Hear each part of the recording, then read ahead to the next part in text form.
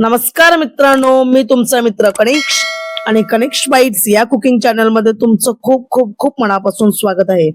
मित्रांनो, आज आपण एक हलकी फुलकी भुकेची रेसिपी म्हणजे नाश्त्याची रेसिपी बघणार आहोत. हा नाश्ता तुम्ही सकाळी किंवा संध्याकाळी दोन्ही टाइम खाऊ शकता आणि जर तुमचा उपवास असेल तर उपवासाला हा बेस्टच. आता तुम्हाला समजूनच चुकलं असेल आपण कोणत्या नाश्त्याबद्दल बात करतोय. आपण आज बनवणार आहोत साबुदाणा वडे. मित्रांनो, साबुदाणा वडे बनवायला काही जास्त मेहनत नाही लागत, पण त्यामध्ये छोट्या छोट्या टिप्स तुम्हाला नेहमी लक्षात ठेवावे लागतात. जर तुम्ही त्यात चुकल्या तर तुमचा साबुदाणा वडा हा बिघडू शकतो. चला तर मग रेसिपीला सुरू करूयात. रेसिपी सुरू करण्याच्या आधी मित्रांनो, माझी तुम्हाला एकच विनंती आहे, तुम्हाला जर माझा हा व्हिडिओ आवडला तर व्हिडिओला एक लाईक नक्कीच करा. नवीन असाल तर चॅनल सबस्क्राईब करा, जेणेकरून तुम्हाला आमचे नवनवीन व्हिडिओ दिसतील. चला तर मग रेसिपी सुरू करूयात. मित्रांनो, रेसिपी सुरू करण्याच्या आधी मी तुम्हाला एक टिप्स देणार आहे. तुम्ही बघू शकता आपण साबुदाणा घेतलेला आहे. हा साबुदाणा मी 4 ते 5 तास साधारणपणे भिजत ठेवला होता आणि साबुदाणा भिजत असताना त्यामध्ये जास्त प्रमाणात मी पाणी टाकलेलं नाहीये. आणि दुसरं टिप्स म्हणजे तुम्ही जेव्हा बटाटा शिजवता तेव्हा त्यामध्येही जास्त प्रमाणात तो बटाटा शिजलेला नसावा.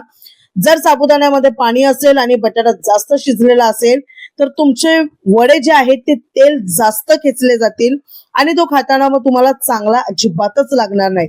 त्यामुळे तेल साबुदाण्याच्या वड्याने जास्त खेचू नये म्हणून तुम्ही या टिप्स नेहमी लक्षात ठेवा.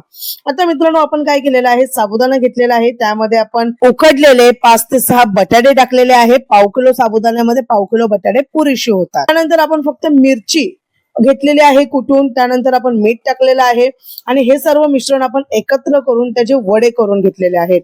वडे केल्यानंतर मित्रांनो आपण तेल ठेवलेलं आहे. तेल गरम झालं की हे वडे आपल्याला हळूहळू तेलामध्ये टाकायचं आहे. इथे मी गॅसची फ्लेम जी आहे ती हाय ठेवलेली आहे. जर तुम्ही लो फ्लेम मध्ये साबुदाण्याचे वडे तेलात टाकले तर वडे हे तेल खेचले जातील आणि ते खाताना चविष्ट लागणार नाही.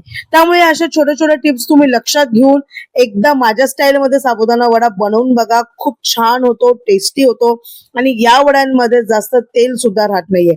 मित्रांनो, आता तुम्ही बघू शकता आपल्या वड्यांना मस्त खरपूस आपण तळून घेतलेले आहेत. छान असा कलर आलेला आहे. वरून कडक आणि आतून नरम असे हे वडे स्ट्रक्चर मध्ये आहेत. आता आपण हे वडे काढून घेऊयात आणि आता हे वडे आपल्याला खाण्यासाठी तयार आहेत. आता तुम्ही हे वडे दही सोबत खाऊ शकता, तुम्ही दही मध्ये साखर टाकून खाऊ शकता.